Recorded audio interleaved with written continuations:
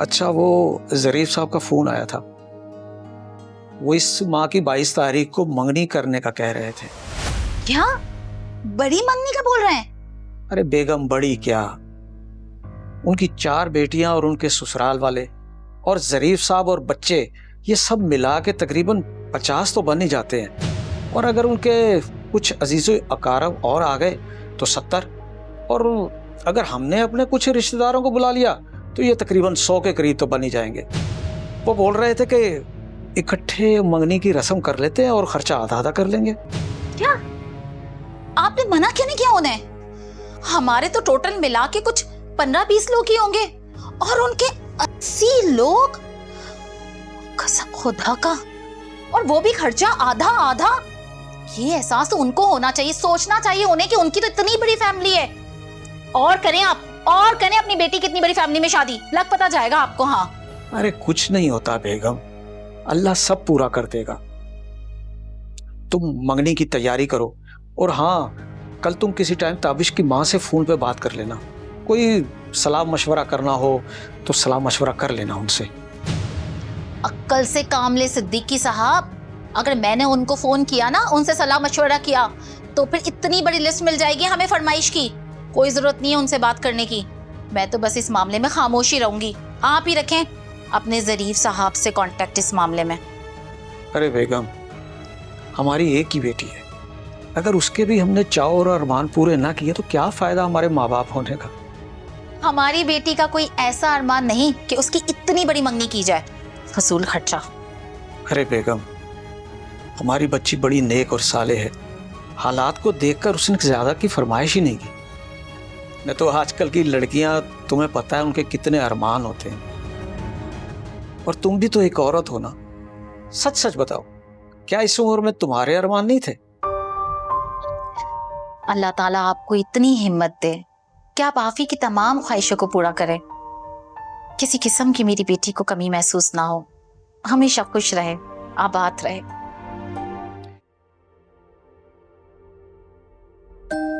क्या बात हो गई सिद्दीकी साहब से? हाँ, मैंने रात को फोन किया था उन्हें। अच्छा, क्या कहा उन्होंने? क्या कहना था उन्होंने? कह रहे थे बताते हैं। अस्सलाम वालेकुम। वालेकुम अस्सलाम।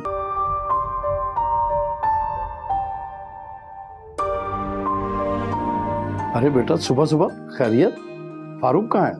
वो नहीं आए, मैं खुद आई हूँ। अरे मुझे कहा होता, मैं ताबिश से कह देता कि जाके बहन को ले आओ।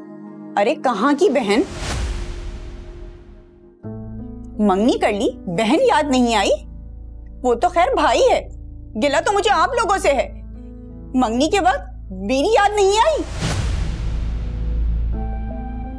मेरे सगे माँ बाप होकर भी आप लोगों को मैं याद नहीं आई? अरे खुदा को मानो बेटा, बात पक्की हुई है।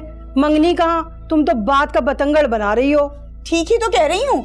वो तो मैंने बच्चों को स्कूल भेजकर जब आसफा को फोन किया कि पता तो कर लूं घर में आखिर चल क्या रहा है, मगर उसने तो बताया कि आप लोग मंगनी कर रहे हैं, वो भी अच्छी खासी बड़ी, और मुझे तो बताना तक गवारा नहीं समझा। वाह आसफा, इतनी तो इंटरनेट की स्पीड भी तेज नहीं होती जितनी तेजी से तुम खबरें इधर की उधर करती हो। अरे बेटा, कल रात ही तो फैसला हुआ है। नहीं अब्बू, मुझे खुद आसफा ने फोन पर बताया है। 2 दिन पहले भाभी खुद अपने माँ बाप के साथ आपके घर आई थी। उसी रात आपने फजल भाई के साथ मिलकर प्लानिंग करी कि 2 हफ्ते बाद हम मंगनी की रस्म रख लेते हैं। चलो बेटी को ना सही, दामाद को पूछ लेते, वो बेचारा खुश हो जाता। और अब्बा, आप हफ्ते के दिन फंक्शन करना चाहते हैं? आप अच्छी तरह जानते हैं हफ्ते के दिन मेरे मियाँ बाजार लगाते हैं, उनको घर आते आते रात के 10 बज जाते हैं। मैं कब तैयार होंगी, कब जाऊंगी फंक्शन में? चलो मैं तो सुबह आ भी जाऊं, मगर उनको तो आते आते 12 बज जाएंगे। अब आप ही बताएं, ये सारी बातें सुनकर मुझको और मेरे मियाँ को क्या गुस्सा नहीं आएगा? हर बात थोड़ी ना मियाँ को बताने वाली होती है। तुम आराम सुकून से बैठो, बैठ के मशवरा करते हैं। अब क्या मशवरा करना, जब सारी बातें आपने फजल भाई से मिलकर तय कर ली हैं तो। उनको मुझ पर बहुत गुस्सा है, हमारी बहुत लड़ाई भी हुई है इस बात पे, और उन्होंने मुझे घर से भी निकाल दिया है। क्या घर से निकाल दिया इतनी सी बात पे? और तुम अब बता रही हो इतनी बहस के बाद? हाँ, तो वही तो बताने की कोशिश कर रही हूँ इतनी देर से आप लोगों को। मगर ये तो कोई बात नहीं ना बेटा, मैं अभी बात करता हूँ फारूक से। राबिया, अनम, उठो, घर में मेहमान आए और तुम लोग अभी तक सो रही हो। अम्मी क्या क़यामत आ पड़ी है जो आप ऐसे उठा रही हैं? कयामत ही समझो, बुशरा लड़ के आ गई अपने मियाँ से। वो कब नहीं लड़ती अपने मियाँ से? पहले भी 4 बार ऐसे हो चुका है। हमेशा फारूक भाई से लड़के घर आ जाती है। हाँ, मगर इस बार ज्यादा लड़ाई हुई है उनके बीच में, फारूक को हाथ उठाना पड़ गया। हाँ तो दिखाए होंगे अपनी लंबी जुबान के जौहर। शर्म करो, बहन है तुम्हारी।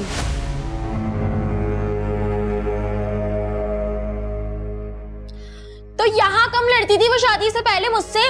उसने कोई सबूत नहीं दिया बड़ी बहन होने का।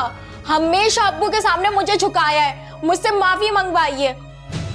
अब भी इन मियाँ बीवी का नाटक है, अब्बू को झुकाने का, उनसे माफी मंगवाने का। अंधेरे में तीर चलाना बंद करो तुम, जल्दी आओ मेरे साथ किचन में काम करवाओ। अरे तुम कब आई? बस थोड़ी देर पहले भाई। मुबारक हो बहुत। खैर मुबारक। सुना है बहुत पढ़ी लिखी है भाभी और बहुत प्यारी भी। हाँ मैंने भी यही सुना है। क्यों, देखा नहीं है क्या? मैंने तो सुना था भाभी यहाँ आई थी। मैं दुकान जा रहा हूँ, बाबा इंतजार कर रहे होंगे। नाश्ता तो करते जाओ भाई। नहीं, दोपहर के 12 तो बज गए, अब डायरेक्ट खाने खाऊंगा। देख रही हूँ मैं सब। राबिया जरा मम्मा की किचन में हेल्प नहीं कराती है। सही बताया था आसफा ने, सारा दिन टीवी के आगे बैठी रहती है। अभी भी देखें वक्त क्या हो रहा है, ना नाश्ते की फिक्र ना दिन के खाने का ख्याल। चलो मैं आ गई हूँ तो कल से तुम्हें टाइम पर नाश्ता दिया करूंगी। अरे यार, इसका मतलब ये हफ्ता भर रुकने का प्रोग्राम बना कर आई है। मैं तो चलूं, ऐसा ना हो इसका नज़ला भी अब्बा मुझ पर ही उतार दें। पहले ही लेट हो गया हूँ दुकान पर जाने के लिए, आज तो शामत पक्की है। पूरा दिन उठते बैठते लेक्चर मिलेगा।